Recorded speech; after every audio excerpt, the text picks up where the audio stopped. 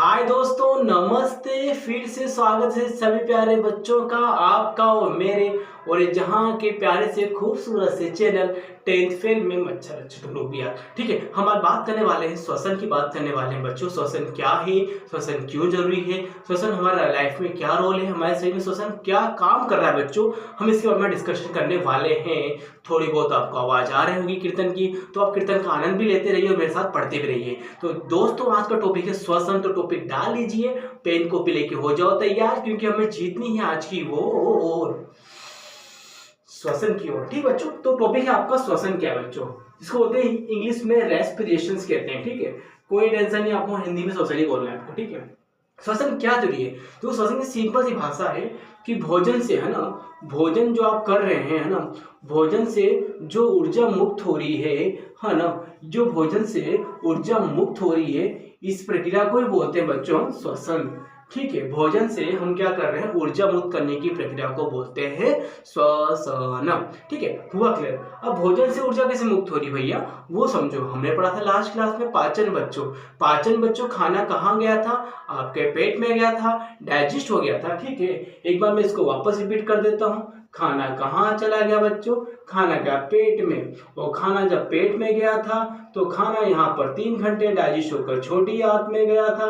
छोटी आंत में खाना कुछ देर बचा, और देखो छोटी आंत में जब खाना आपका पच रहा था, डाइजेस्ट हो रहा था, तो यहाँ पर जब छोटी आंत में बहुत सारी, मैंने कहा था एंजाइम्स होते हैं, और छोटी आंत क्या होती है, बहुत सारी ऐसे वैलीज होती है। ये वैली ही क्या करती है, यहाँ से ब्लड वेसल से क्या होती है, रुधिर वाहिनिकाओं से कनेक्ट होती हैं। तो यहाँ से जो पोषक तत्व होता है, जैसे कि ग्लूकोज की बात कर रहा हूँ बच्चों, यहाँ से ग्लूकोज इन रुधिर वाहिकाओं में जाकर क्या होता है, मिल जाता है। और जब रुधिर वाहिकाएं शरीर की सभी कोशिकाओं के पास जाती हैं, तो सभी कोशिकाएं इस रुधिर वाहिकाओं से ग्लूकोज को रख लेती हैं। भाई थोड़ा ग्लूकोज हमको दे दो, हमारी कोशिकाओं को आवश्यकता है। तो इस माध्यम से क्या होता है कि खाने से जो आपका पोषक तत्व है और रुधिर वाहिकाओं के माध्यम से कोशिकाओं में जाकर संचित हो गया बच्चों। Very good. अब यहाँ पर आपने क्या किया, आपने यहाँ पे ग्लूकोज संचित कर दिया। अब इसको कौन तोड़ेगा, तोड़ेगा O2। अब O2 कहाँ से आएगा बच्चों, श्वसन। देखो बच्चों, ये है श्वसन। हम बात कर रहे हैं O2 की। जब O2 आपका इनहेल होगा, तो O2 जब इनहेल होगा तो यहाँ पर ये लंग्स होगा। इस लंग्स के माध्यम के बाद आपका जो O2 होगा वो ब्लड में मिक्स हो जाएगा। फिर यहाँ पर हार्ट के 4 चेंबर होंगे, और 4 चेंबर में आपका ब्लड होते हुए, है ना, फिर सभी कोशिकाओं तक, है ना, O2 को पहुंचा देगा। और जब सभी कोशिकाओं के पास O2 चला जाएगा बच्चों, तो O2 इस ग्लूकोज को जला देगा और हमें क्या देगा, ऊर्जा देगा बच्चों। हमें क्या देगा, ऊर्जा देगा बच्चों। हमें क्या दे रहा है, ऊर्जा। तो ये जो प्रक्रिया है बच्चों, इसको बोलते हैं अपन श्वसन। आपको समझ में आ चुका होगा। Very good. तो इसको राइट डाउन कर लो, मैंने जो बताया बस वही। भोजन से ऊर्जा को निकालने की प्रक्रिया को हम क्या बोलते हैं, श्वसन। चलो ठीक है, चलो आगे। ठीक है, अब इसको रफ करता हूँ। अब कुछ बच्चों क्वेश्चन है बच्चों, है ना, मुझसे पूछ लेते हैं कि सर ये बताओ, भैया बताओ मुझे कि भैया सांस तो ले रहे हैं, है ना, सांस और श्वसन में अंतर क्या है। ठीक है, और हमारी क्लास में बच्चे ने पूछ लिया हमसे हमसे क्या पूछा कि बता रहे थे बच्चे कि भैया सांस लेना और श्वसन में कुछ अंतर है। तो मैंने कहा है अंतर है ना बच्चों। अंतर कैसे नहीं, देखो बच्चों अंतर क्या है। ठीक है, बच्चे वो चक्कर है कि अरे भैया इतना अंतर था, हम तो समझ ही नहीं पाए थे। तो अंदर देखो क्या है, सांस लेना में देखो बच्चों क्या है, बस गैसों का आदान प्रदान है। लिख लो भैया, सांस लेना में क्या है, गैसों का आदान प्रदान है। Very good. तो भैया आपने कह दिया, है ना, आदान लिखो सर, प्रदान बाद लिखना, आदान प्रदान है। ठीक है, गैसों का आदान प्रदान होता है। श्वसन में क्या हो रहा है बच्चों, श्वसन में देखो पढ़ा था अपन, क्या निकल रही है, क्या निकल रही है, ऊर्जा निकल रही है। बस इतना सा अंतर है, श्वसन भी एक तरह की सांस लेना ही है, बस में ऊर्जा क्या हो रही है, निर्मुक्त हो रही है। ठीक है, सांस लेने के साथ ऊर्जा भी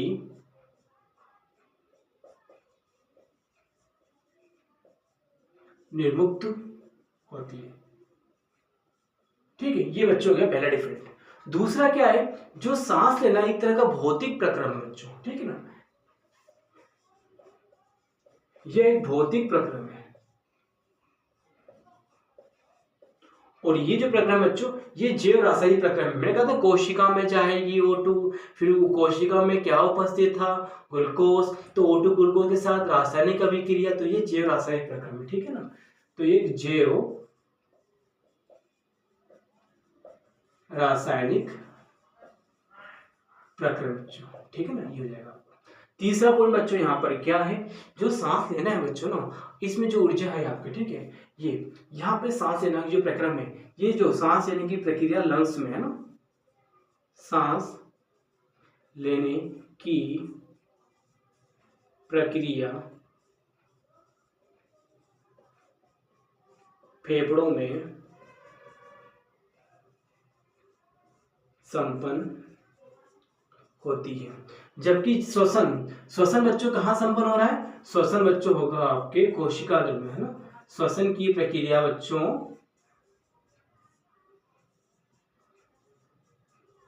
कोशिका द्रव्य में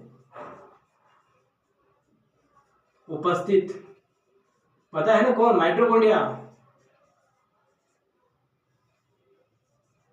माइटोकॉन्ड्रिया में।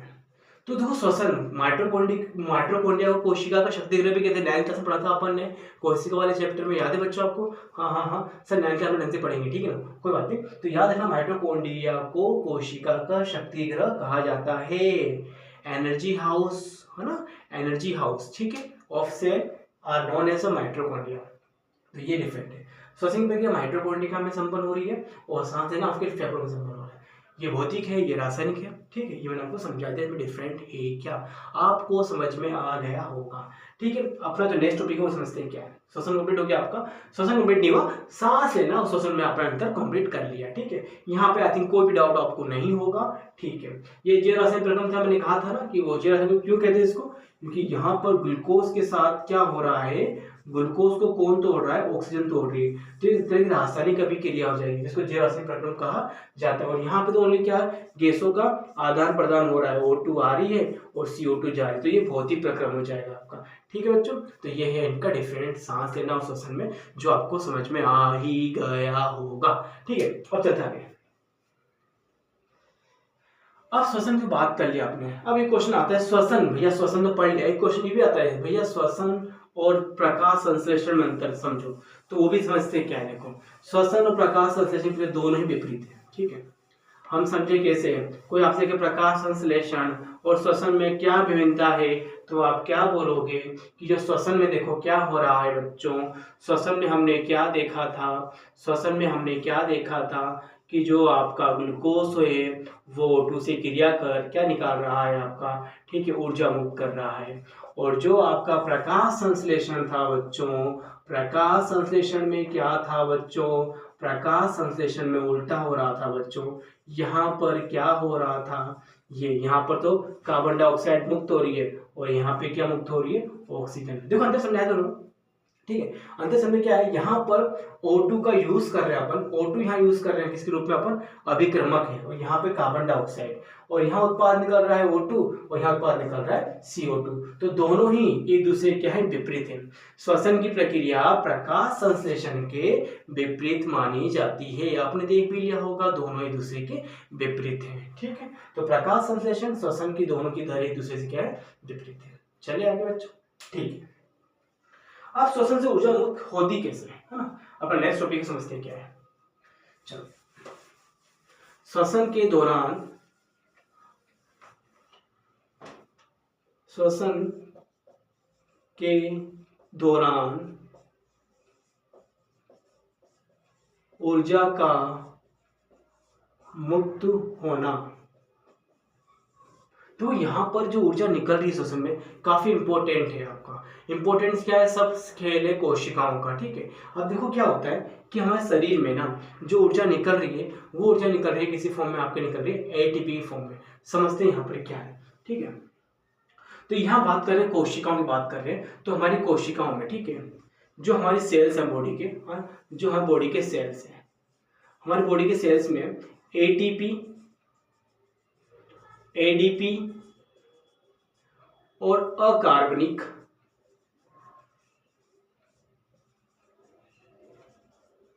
फास्फेट। ठीक है, मानव कोशिका में हमने यहाँ पे क्या मेंशन किया बच्चों, ये है केंद्रक, और केंद्रक में हमने इसके चारों तरफ क्या देखा कि हमारे मानव जो कोशिका होती हैं, मानव कोशिकाओं के अंदर एटीपी के रूप में ऊर्जा संचित हो रही है, एडीपी के रूप में भी यहाँ पर ऊर्जा क्या हो रही है, कोशिका में संचित होती है। और मानव जो कोशिका है, मानव कोशिका में अकार्बनिक फास्फेट भी अपनी कोशिका में क्या होते हैं, संचित होते हैं। मैं कहना मतलब ये कि आपके शरीर में जो कोशिका है ना, इन कोशिकाओं में तीनों चीजें क्या होती हैं, प्रेजेंट होती हैं, एटीपी, एडीपी और अकार्बनिक फास्फेट। ठीक है, अब यहाँ पे मैं कहना चाह रहा हूँ कि जो आपकी कोशिका है ना, कोशिका में देखो पता है कोशिका द्रव्य होता है, कोशिका द्रव में फिर आपने देखा होगा माइटोकॉन्ड्रिया होता है। हम बात करें माइटोकॉन्ड्रिया की बात कर रहे हैं यहाँ पर, तो माइटोकॉन्ड्रिया में हमेशा जो काम हो रहा है वो इस फॉर्म में हो रहा है, बस मैंने इसको थोड़ा सा बड़ा कर दिया है। ठीक है, ये सब काम हो रहा है माइटोकॉन्ड्रिया के अंदर हो रहा है। ठीक है, तो एटीपी है आपका, तो जो आपके सेल्स है, सेल्स में एटीपी के रूप में ऊर्जा संचित होती है, एडीपी और अकार्बनिक फास्फेट। अकार्बनिक फास्फेट क्या होता है कि जो फास्फोरस होता है बच्चों, है ना, जो फास्फोरस होता है वो क्या करता है, ऑक्सीजन से क्रिया करके क्या बनाता है आपका, है ना, अकार्बनिक फास्फेट।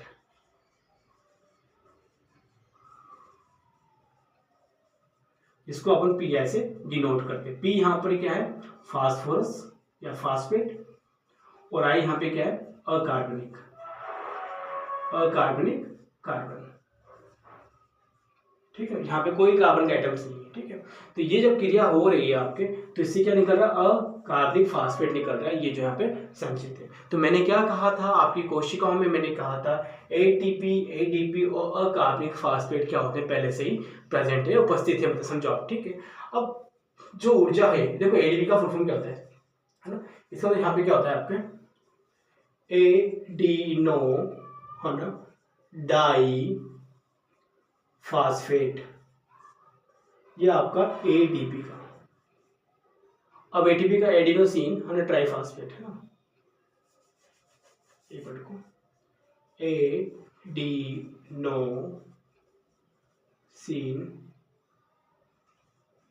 डाई, फिर एडिनोसिन ट्राई फास्फेट। देखो ट्राई में मतलब यहां पर 3 अणु है और डाई में 2 अणु है, समझो बात को। जो आपकी कोशिकाओं में जो ऊर्जा संचित हो रही है, तो एडिनोसिन डाई में 2 अणु है फास्फोरस के, एडिनोसिन ट्राई में 3 अणु है फास्फोरस के, फास्फेट के मतलब। ठीक है ना, तो ये 3 अणु एटीपी को बताएंगे और 2 अणु बताएंगे एडीपी को। एटीपी मतलब ऊर्जा आपकी अधिक मात्रा में संचित है, एडीपी थोड़ी सी कम मात्रा में। अब जो आपके शरीर में दोनों प्रेजेंट है, अब देखो हो क्या रहा है कि यहाँ पर अब अपने शरीर में ऊर्जा निकल रही है, वो निकलती कैसे, देखो बात करो। मैंने बताया आपकी कोशिकाओं में एटीपी, एडीपी और अकार्बनिक फास्फेट क्या होते हैं, संचित प्रेजेंट होते हैं। यहाँ पर क्या होता है, एडिनोसिन जो डाइफास्फेट में 2 अणु किसके हैं, आपके फास्फोरस के। 2 अणु किसके आपके, इसके 2 अणु है। पीआई कितने अणु है, 2 अणु। और एडिनोसिन ट्राइफास्फेट में पीआई कितने अणु है, 3 अणु है। हुआ क्लियर बच्चों। एटीपी में 3 अणु किसके हैं, पीआई के, और एडीपी में 2 अणु किसके हैं आपके, इस पीआई के। ठाकुर जी सॉरी बच्चों, याद है ना, एडीपी में डाई मतलब 2 अणु किसके आपके, पीआई अकार्बनिक फास्फेट के, और एडिनोसिन ट्राई में सॉरी यार 2-3 बार तो आनी है, तो 2-3 बार हो गया, अभी 2 और बाकी है। सॉरी बच्चों ध्यान देना, दोबारा कहता हूँ, एडिनोसिन एडीपी में डाई मतलब 2 अणु किसके आपके, अकार्बनिक फास्फेट के। ठीक है, और यहाँ पर एटीपी में 3 अणु किसके आपके, अकार्बनिक फास्फेट के, याद रखो। ठीक है, अब ये तो आपके कोशिकाओं में ये प्रेजेंट है। ठीक है, कोशिकाओं आपके उपस्थित है। इसको उतारो, फिर आगे चलते हैं। उतारो इसको, देखो वीडियो चल रही है। ठीक है, मैं देखता हूँ वीडियो क्या है, हाल है अपनी वीडियो का। हाँ हो गया तो मस्त शानदार। चलिए, तो यहाँ पर हमने देखा कि श्वसन पढ़ लिया अपने, यहाँ पे तो ये प्रक्रिया हो रही है आपका। ठीक है, तो अपना आगे चलिए, इसको ताला खोलना। ठीक है, अब देखो जो श्वसन होता है तो प्रक्रिया होती है, आप जब सांस को इनहेल कर रहे हो, आउटहेल कर रहे हो, तो क्रिया क्या हो रही है आपकी। तो यहाँ पे हमने क्या किया कि जो आपने कहा था, मैंने कहा था कि जो एनर्जी यहाँ पे मिल रही है आपको, तो होता है क्या है कि जब अपन श्वसन करते हैं अपन ना, तो श्वसन में क्या होता है कि जो कोशिका ऊर्जा संचित हो रही है आपके, तो यहाँ पर याद फर्स्ट पॉइंट, श्वसन के दौरान बच्चों क्या होगा, मैंने कहा था एडीपी प्लस अकार्बनिक फास्फेट, है ना, मिलकर क्या बनाएंगे, एटीपी, है ना, ये ऊर्जा निर्मुक्त करेंगे। ठीक है, ये हो रहा है आपका, है ना। यहाँ पे क्या हो रहा है सत्संग के दौरान बच्चों, जो आपका एडीपी है आपका, है ना, जिसमें आपकी निम्न ऊर्जा होती है, ठीक है, ये ऊर्जा रहती है इसके साथ, है ना, पीआई के साथ क्रिया करके क्या बनाती है, ऊर्जा बनाती है। ये ऊर्जा होगी आपके सेल में, ऊर्जा मतलब जनरेट होगी, और ये जाके कोशिकाओं में क्या होती है, अवशोषित, कोशिकाओं में स्टोर हो जाती है ऊर्जा आपके, कोशिका में ऊर्जा आपके स्टोर होगी है। फिर जब आपको ऊर्जा की जरूरत पड़ती है तो ऊर्जा वहां से क्या होती है, रिलीज होती है। तो फर्स्ट में क्या होगा सत्संग के दौरान, एडीपी, जो एडीपी आपका एडिनोसिन डाइफास्फेट अकार्बनिक फास्फेट के साथ क्रिया कर कर एटीपी के रूप में ऊर्जा क्या कर रहा है, निर्मुक्त कर रहा है आपका। ठीक है, ऊर्जा निकल गई, ये ऊर्जा जहां है आपके कोशिका आपके अवशोषित हो जाएगी। ठीक है, फर्स्ट पॉइंट।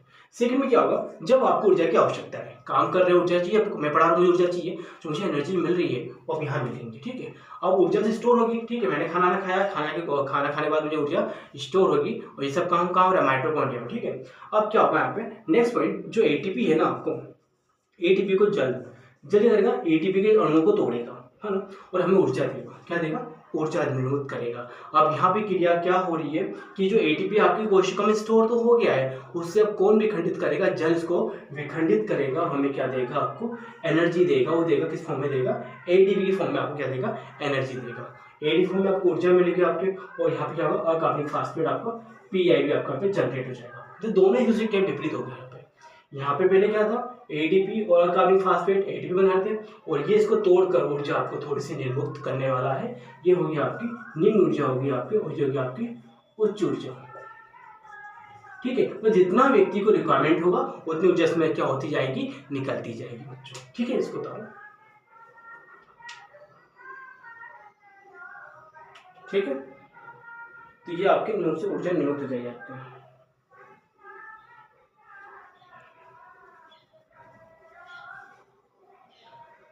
तो ये एनिम ऊर्जा, और यहाँ पे जो ऊर्जा लिख सकते हो आप चाहो तो, ऊर्जा का पॉइंट यहाँ पे, यहाँ पे अपन फास्फेट कर लेते हैं, यहाँ पी आई करो, एक ही बात है। हाँ, ठीक है, तो ये हमने डिसाइड कर लिया। श्वसन दौरान क्या होगा, जो आपके कोशिकाओं में एटीपी है और जो अकार्बनिक फास्फेट है, दोनों एक दूसरे के साथ क्रिया करके हमें वो ऊर्जा देंगे एटीपी की फॉर्म में। फिर जब हम उस ऊर्जा, जो आपकी कोशिका में ऊर्जा स्टोर होगी, ये कहाँ पे होगी, ये आपकी कोशिका में क्या हो गई, अवशोषित है बच्चों।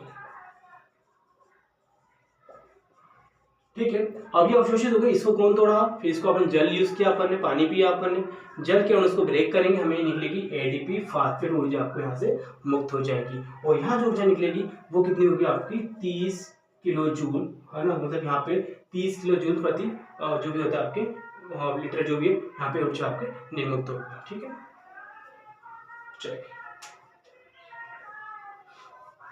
30 किलो जूल मोल कर यहाँ पे भाई, यहाँ पे प्रत्येक मोल, पता है मोल पढ़ा था अपन ने, मोल के करोड़ कितने अणु होते हैं, तो तुम यहाँ पे मुक्त होगी एक मोल से। ठीक है,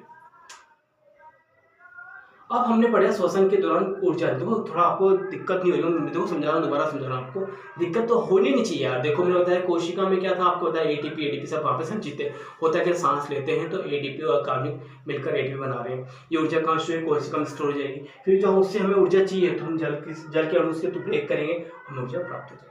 30 किलो जूल प्रति मोल, मोल मतलब वही, एक मोल में कितने अणु होते हैं पता है आपको। ठीक है, तो इतने अणु थे 6.022 10⁻23 अणु होते हैं, पढ़ा आपने क्लास 10 में। तो ये मोल से कंपेयर है, एक मोल में इतनी ऊर्जा क्रिएट हो रही है। ठीक है, चलिए बच्चों आगे चलो। तो ये श्वसन के दौरान ऊर्जा निर्मित होने की प्रक्रिया आपकी। ठीक है, अब देखो यहाँ पर ये हमने पढ़ लिया कि इस तरह से ऊर्जा नहीं निकल रही है। ठीक है, अब पढ़ते हैं आगे कि आगे हो क्या रहा आपका। ठीक है, तो देखो यहाँ पे ऊर्जा निर्मुक्त हो रही है, ऊर्जा निकल रही है एटीपी के रूप में। ठीक है, फिर एटीपी से वापस ऊर्जा आपको एटीपी निकल रही है यहाँ पे। तो ये इसे चक्र, ऐसे आपका जो चक्र में चलता है इसको। ठीक है, और इसी को एनर्जी हाउस बोलते हैं। क्या होता है इसका ऊपर, एनर्जी हाउस या एनर्जी बिल्डिंग कुछ भी कहते हैं। ठीक है ना, तो इसको उतारो या उतार जब आपको तो आगे चलता है।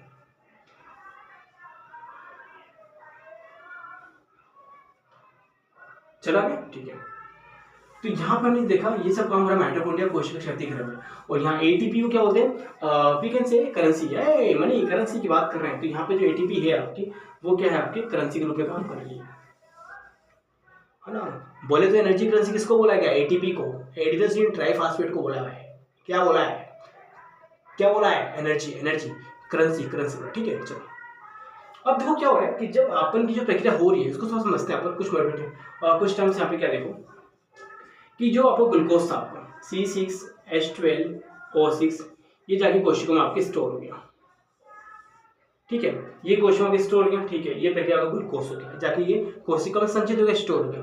अब क्या होगा यहाँ पर जो ग्लूकोज होगा ना आपका, ठीक है। अब ग्लूकोज क्या करेगा, ब्रेक होगा,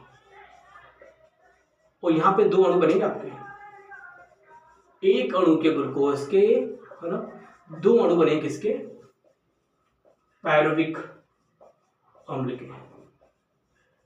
ये क्या हो भैया, अरे भैया ये तो ग्लूकोज टूट रहा है, ऊर्जा मिल रही है, लेकिन ग्लूकोज टूटे पहले जा किस में रहा है, ग्लूकोज टूट के जा रहा है किसका, पायरुविक अम्ल में जा रहा है। और ये प्रक्रिया बोलते हैं क्या अपन, ग्लाइकोलिसिस।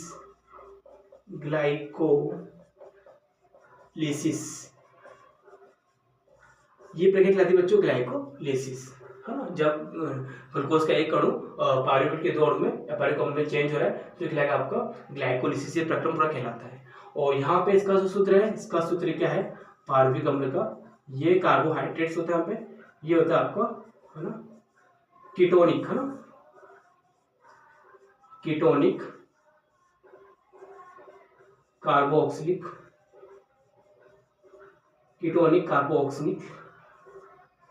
अम्ल होता है, ये सूत्र इसका, ठीक है। यहाँ पर ग्लूकोज का अणु ब्रेक हुआ, है ना, और इसको किसमें ब्रेक हुआ, पायरुविक अम्ल ब्रेक हो रहा है बच्चों, तो इसको बोलते हैं ग्लाइकोलिसिस बोलते हैं इस प्रक्रम को। और यहाँ पर जो इसका फॉर्मूला होता है पायरुविक अम्ल का वही होता है आपका, ठीक है ना, ये हो गया। तो ग्लूकोज टूट के इसमें ले गया, ठीक है, पायरुविक अम्ल टूट गया आपका। अब यहाँ पे क्या होगा, ठीक है, ये ऑप्शन बट टूट रहा है ग्लूकोज के अणु, अभी ग्लूकोज के अणु कहाँ टूट रहे हैं आपके, एक अणु दो अणु के पायरुविक अम्ल में टूट रहा है। अब पायरुविक अम्ल से कौन क्रिया कर रहा है, आपका ऑक्सीजन क्रिया कर रहा है, ठीक है। अब देखो यहाँ पे, अब यहाँ पे जो पायरुविक अम्ल है आपका ये जाएगा कोशिका में स्टोर हो जाएगा, ठीक है। तो यहाँ पे जो पायरुविक अम्ल होगा आपका, ठीक है, तो ये कोशिका में, तो ये जो कोशिका है सेल्स आपकी, इसमें जाके स्टोर हो जाएगा पायरुविक अम्ल।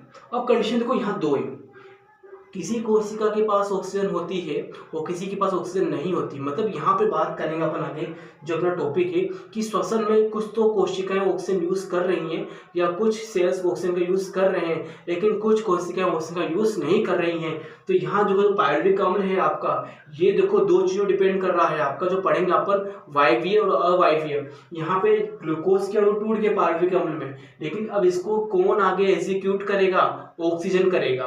देखो यहाँ पर कुछ जीवों में तो ऑक्सीजन इसको एग्जीक्यूट कर रहा है, मतलब ऑक्सीजन इसको जला रहा है, ऑक्सीजन इससे क्रिया कर रहा है, लेकिन कुछ जीवों में ऑक्सीजन इससे क्रिया नहीं करता है। तो समझते हैं, पहले यहाँ पे बात करते हैं जो पायरुविक अम्ल होगा, ठीक है, ठीक है। अब पायरुविक अम्ल क्या होगा आपका, चला गया यहाँ कोशिका में, चला गया आपका, ठीक है, इसमें स्टोर हो जाएगा आपका, ठीक है। यदि यहाँ पे ऑक्सीजन प्रेजेंट है ना, यहाँ पे क्या ऑक्सीजन प्रेजेंट है, तो पायरुविक अम्ल क्या होगा, टूट के बनाएगा आपका एटीपी रूप में आपको ऊर्जा देगा,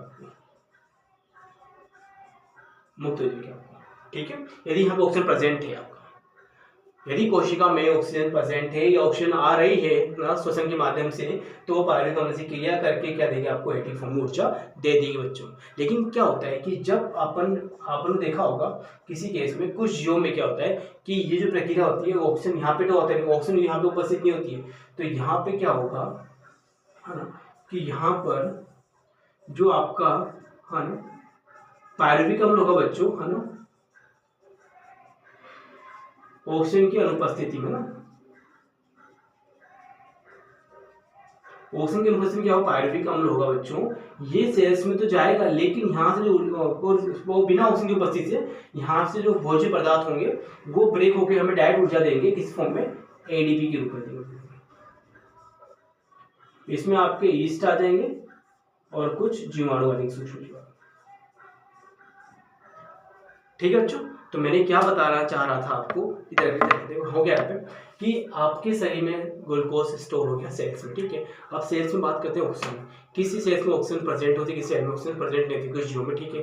अपने में दोनों प्रोसेस होता है, बट उसको बाद में समझेंगे अपन कि दोनों प्रोसेस अपने में कब होता है, ठीक है। अब यहाँ बात करें, अपनी बात करें, अपने शरीर में ऑक्सीजन मिल रहा है अपने को, ऑक्सीजन जाता है यहाँ पर ब्लड के माध्यम से, पायरियोन को जला के इसे रिएक्ट करके हमें क्या कहते हैं, ऊर्जा देता है। और यहाँ बात करें कोई ऐसे जीव जैसे ईस्ट हो गया या कुछ ऐसे सूक्ष्म जीवाणु होते हैं जिनमें जो पायरिक अम्ल तो प्रेजेंट हो जाता है, लेकिन यह ऑक्सीजन उपस्थित न होने के कारण यह क्या होता है कि डायरेक्ट यहाँ पे भोज्य पदार्थ टूट कर ब्रेक होके इन जीवों को एडीपी के रूप में ऊर्जा देते हैं। हुआ क्लियर बच्चों? ठीक है। तो ये देखो यहाँ पर ग्लाइकोलिसिस किसे कहते हैं कि एक अणु का दो अणु में टूट जाना ग्लूकोज के पायरुविक अम्ल के ग्लाइकोलिसिस कहलाता है। ये जाएगा कोशिका में स्टोर हो जाएगा। अब हम दो जीव की बात करें, अपन दो जीव की बात करें, एक तरफ ईस्ट एक तरफ अपन है, अपन ऑक्सीजन यूज कर रहे, जो ये लोग ऑक्सीजन का यूज नहीं कर रहे, तो दोनों में देखो इधर एटीपी रूप में ऊर्जा निकल रही है, अपने में एटीपी रूप में ऊर्जा निकल रही है, इधर एडीपी के रूप में ऊर्जा निकल रही है, एडीपी के रूप में ऊर्जा निकल रही है, जो काफी निम्न होती है। छोटे जीव होते हैं ऊर्जा कम आवश्यक, अपना तो शरीर बड़ा है अपना, तो ऊर्जा की ज्यादा आवश्यकता होती है। ठीक है, क्लियर हो? चलो अब अपना जो नेक्स्ट टॉपिक हो गया आपका वायवीय और अवायवीय, इसको उतार लो बच्चों। ठीक है, हाँ तो हम पढ़ेंगे क्या जो है ना, हाँ मेरे था मानव के अंदर बताया था बात में, ठीक है, उसको समझते हैं क्या है आपका, तो मैं उसको लूँ, उसको लास्ट में लेता हूँ। ठीक है, तो देखो वायवीय वायु श्वसन क्या होता है समझते हैं।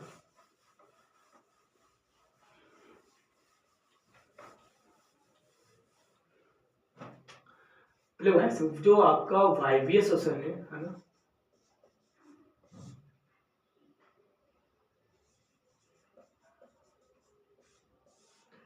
तो देखो इसमें हो क्या आपका है ना, तो देखो वायवीय श्वसन में क्या होता है कि जहां पर ऑक्सीजन उपस्थित हो, जहां पर ऑक्सीजन क्या हो उपस्थित हो,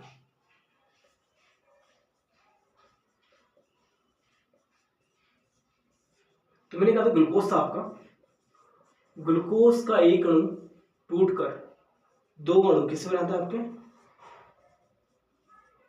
पायरुविक अम्ल में। ठीक है, फिर यहां पे चलता है ऑक्सीजन चक्र, चलता है आपका, ऑक्सीजन क्रिया करती है, और यहां से हमें क्या मिलता है आपका फिर एटीपी रूप में क्या मिलती है आपको ऊर्जा मिलती है।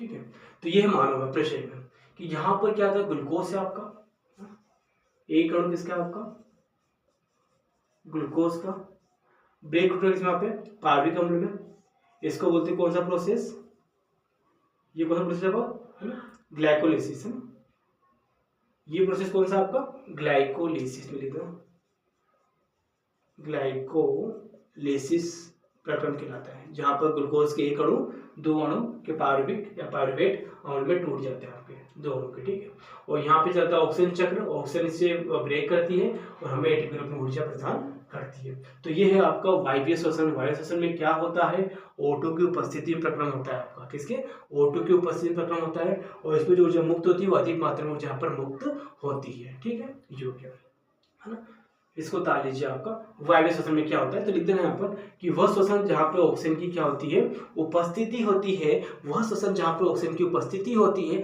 इस उपस्थिति में जब ग्लूकोज के अणु टूट रहे हैं पायरुविक अम्ल में, तो पायरुविक अम्ल यहाँ पर ऑक्सीजन के साथ क्रिया करके O2 के साथ क्रिया करके हमें क्या बनाता है एटीपी रूप में ऊर्जा को संचित करता है। ठीक है, चलो उतारो, फिर देखते हैं आपका नेक्स्ट यहाँ पर क्या है। इसके तो नेक्स्ट बच्चों को होगा आपका क्या,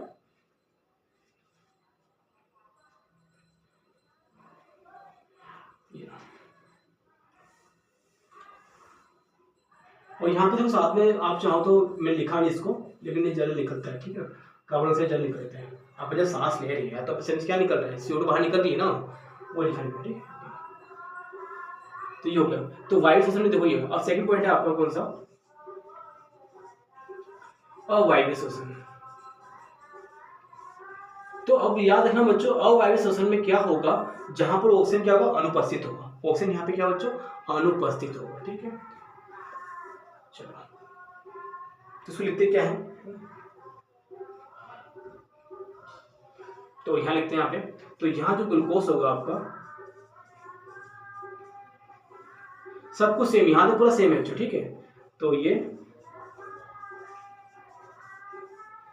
पायरुविक अम्ल में जाएगा बच्चों, इसके 2 अणु हैं, और ये लिख देना ग्लाइकोलाइसिस, ठीक है, ओके। अब यहाँ पर ऑक्सीजन नहीं है बच्चों, यहाँ पर ऑक्सीजन नहीं है। अब यहाँ जो प्रक्रिया होगी O2 की अनुपस्थिति है ना, अनुपस्थिति, ठीक है। ईस्ट या फिर होता है किण्वन, किण्वन प्रक्रिया, और यहां मिलेगा आपका एथेनॉल या लैक्टिक अम्ल की निकलती है, और कार्बन डाइऑक्साइड, और निकलेगा आपका ADP। इतना सफर क्या आपका। तो बच्चों ये अवायवीय श्वसन देखो क्या हुआ कि यहाँ पर सब कुछ सेम है, यहाँ तक पूरा प्रोसेस सेम है। यहाँ पे ऑक्सीजन अनुपस्थित है, यहाँ पे ऑक्सीजन क्या है, उपस्थित है। वायवीय में क्या होता है, ऑक्सीजन प्रेजेंट होता है, अवायवीय में ऑक्सीजन अनुपस्थित होता है। यहाँ पर क्या होता है, ऑक्सीजन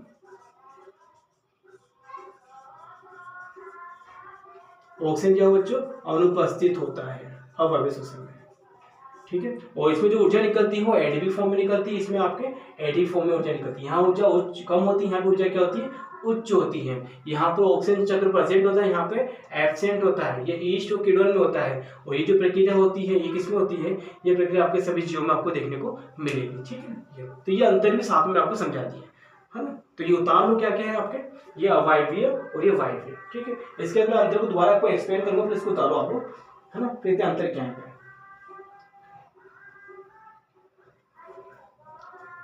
हो गया। अब देखो अंतर क्या, अंतर आप जो पूछे आपसे वायवीय अवायवीय अंतर क्या, तो आप इस चीज को इक्वेशन को लिख सकते हो। अब बोला वायवीय श्वसन में सर क्या होता है, ऑक्सीजन उपस्थित होता है और यहाँ पे ऑक्सीजन अनुपस्थित होता है। पहला अंतर, वायवीय श्वसन में जो अणु होते हैं, जो ग्लूकोज के अणु होते हैं, पूर्ण से टूट जाते हैं, यहाँ पर पूर्ण टूट विखंडित नहीं हो पाते हैं। आप इसको लिख सकते हो कि यहाँ पर इसके अणु पूर्ण से विखंडित नहीं हो पाते हैं, ठीक है। मैंने लिखा तो यहाँ पर एक ही अणु है, बट ये पूर्ण से विखंडित नहीं हो पाते हैं। दूसरा अंतर यहाँ पे क्या लिखना कि जो वायवीय श्वसन होगा, इसमें जो ऊर्जा मिलेगी वो एटीपी फॉर्म में मिलेगी, जो उच्च होती है, और अवायवीय श्वसन में जो ऊर्जा मिलेगी वो एडीपी फॉर्म में मिलेगी, जो यहाँ पे होगी निम्न ऊर्जा स्तर होगा। कैसा होगा, निम्न ऊर्जा स्तर होगा आपका, ठीक है। इतना सा फर्क है आपका, ठीक है। और यहाँ पे क्या मिलेगा आपका, एथेनॉल बनेगा, और यहाँ पे एटीपी रूप में ऊर्जा प्राप्त हो रही है आपको, ठीक है। तो ये अंतर है वायवीय और अवायवीय श्वसन में। इसको आप राइट डाउन कर लेते हैं यहाँ पर, और इसको आप समझ लेना कैसे क्या है। तो बच्चों अपनी जो नेक्स्ट वीडियो होगी वो किस पे होगी, पादप में और मानव में श्वसन होगी। तो अभी तक के लिए इतना जितना पढ़ा है मैंने, इसको अब रिवाइज कर लेना। कोई गलती हो तो मुझे माफ़ करना, मुझे कमेंट्स करना जो गलती की मैंने। और हाँ, अपना ध्यान रखना, और हमेशा मुस्कुराते रहना, और हमेशा खुशियाँ बांटते रहना। भाई लाइफ में कुछ भी नहीं है। और हाँ, प्रातः काल उठते उठते श्वसन 5-6 बार करोगे तो आपका जो ब्रीथिंग है, ये हार्ट बीट्स की अच्छी हो जाएगी, जो लाइफ में करने में आपके काम जरूर आएगी। तो तब तक के लिए children, bye bye and take care.